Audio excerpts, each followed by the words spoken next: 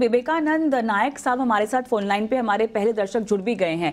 Sir नमस्कार, हमारी इस बेहद खास पेशकश में धन्यवाद, अपना सवाल आपने हमें दिया और विकास आपको सुन भी सकते हैं, पूछिए। हाँ नमस्कार जी नमस्कार सर। मेरा जो सवाल था, मेरा आईसीआईसीआई बैंक में मेरा मिसेस का ओरिजिनली आईपीओ में मिला था और एफपीओ में मिला था। हाँ शेयर। हाँ। तो उसका बाद बोनस आया। ओके। बोनस शेयर भी मिल गया। हाँ। लेकिन वो share original share certificate lost हो गया, कहाँ पे खो गया हमारा घर में। ओहो। नहीं मिलता है। अच्छा। और बोनस शेयर जो मिला था, लकीली मैं उसको डिमाट कर दिया, डिमाटराइजेशन ओके। कर दिया। तो वो कैसे क्या कन्वीनियंटली हो पाएगा? हाँ। वो जो ओरिजिनल शेयर को हम कैसे मिल पाएगा और कैसे डिमाट करेगा? चलिए सबसे पहले तो बधाई स्वीकार करें, आप बन गए होंगे करोड़पति। अब तक आपने इतने लंबे समय तक जो है निवेश में आप बने रहे हैं, भले ही वो दस्तावेज गायब हो जाने की वजह से हो। और अपना सवाल भी आपने भेजा, धन्यवाद। कहाँ से बोल रहे हैं वैसे सर? भुवनेश्वर से बोल रहा हूँ। भुवनेश्वर से। चलिए करते हैं आपकी तकलीफ का समाधान। तो पहले पहलू मुझे बता दीजिए इनके सवाल में क्या क्या है। सो आई थिंक इन शॉर्ट इनके आईसीआईसीआई बैंक के जो ओरिजिनल जो शेयर्स थे, हाँ? वो इनको गुम गए। उसके बाद के जो कॉर्पोरेट एक्शंस हुए थे, बोनस हुए थे, वो तो मिल गए हैं। तो आई थिंक जो ओरिजिनल जो आईसीआईसीआई के जो शेयर है वो गुम गए। तो हमें process of duplicate certificates follow करना पड़ता है। अच्छा। so, जो मैंने आपको बताया, तो शेयर्स गुम होने का मतलब ये है कि जो शेयर सर्टिफिकेट है उनके वो गुम हो चुके हैं, फिजिकल सर्टिफिकेट्स। ओके।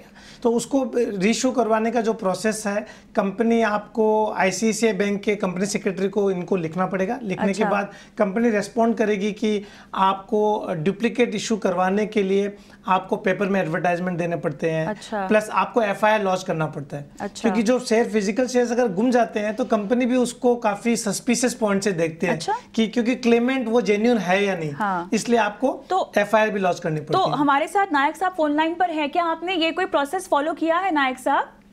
ना अभी तक तो कुछ शुरू नहीं किया। हाँ। मैं ऐसा थोड़ा सा आइडियल हुए हो गया, तो अभी तक कुछ किया नहीं। अच्छा, ये कब से गुम हो रखे हैं आप, कब से इस परेशानी में है? एक्चुअली हो गया 6-7 मंथ हो गया। अच्छा, बस 6-7 महीने ही हुए हैं ना, क्योंकि यहाँ पर मेरे ख्याल से कुछ सालों की भी पाबंदी है। कुछ सालों के बाद से, मतलब मेरे ख्याल से अगर आपने एक्शन नहीं लिया तो उसके बाद तो वो नॉन एक्शनेबल हो जाएगा। आईपीएफ में लागू होता हो जाता है, बट आप क्लेम कर पाते हो। ओके। सो इसमें नायक साहब आपको कुछ नहीं करना, आपको कंपनी को लिखना है आईसीआईसीआई बैंक को। वो आपको process of getting duplicate certificate आपको बताएगी, जिसमें आपको एफआईआर आपको करना पड़ेगा। पेपर में एडवर्टाइजमेंट के लिए भी वो लोग बोल सकते हैं। और इसमें कभी कभी आपको श्योरिटी बॉन्ड भी देनी पड़ती है। तो डिपेंड करता है कि आपकी शेयर्स की वैल्यू कितनी है। श्योरिटी बॉन्ड कंपनी वेव भी कर सकती है। ये प्रोसेस आप पूरा फॉलो करने के बाद कंपनी आपको एंटाइटलमेंट लेटर इशू करती है। पहले के ज़माने में आपको डुप्लीकेट सर्टिफिकेट अप्लाई करने के बाद आपको इस सर्टिफिकेट की नई कॉपी देते थे। अब आजकल वो कॉपी नहीं देते, आपको एंटाइटलमेंट लेटर देता है। उस एंटाइटलमेंट लेटर को आप अपने ब्रोकर को सबमिट कर दीजिए डीमेट करवाने के लिए, और कुछ टाइम में आपका शेयर डीमेट हो जाएगा। तो आप 3-4 महीने में आप अपने शेयर फिर से डीमेट करवा सकते हो। चलिए नायक साहब, आपको सलाह समझ में आ गई है। बहुत टेक्निकल चीजें यहाँ पर विकास ने आसान भाषाओं में आपको समझाने की कोशिश की है, लेकिन अगर आप फिर भी कुछ पूछना चाहते हैं तो हमारे साथ विकास बने हुए हैं, पूछ लीजिए। मैं समझ पाया। हाँ। तो बेसिकली आपको एफआईआर करना पड़ेगा, उसका बाद कांटेक्ट करना पड़ेगा आईसीआईसीआई सेक्रेटरी को और रजिस्टर को। हाँ। हो सकता है कांटेक्ट। तो इसमें नायक साहब मेरा सजेशन है कि आप एफआईआर करने के पहले कंपनी को आपने अपनी प्रॉब्लम लिखकर भेज दीजिए।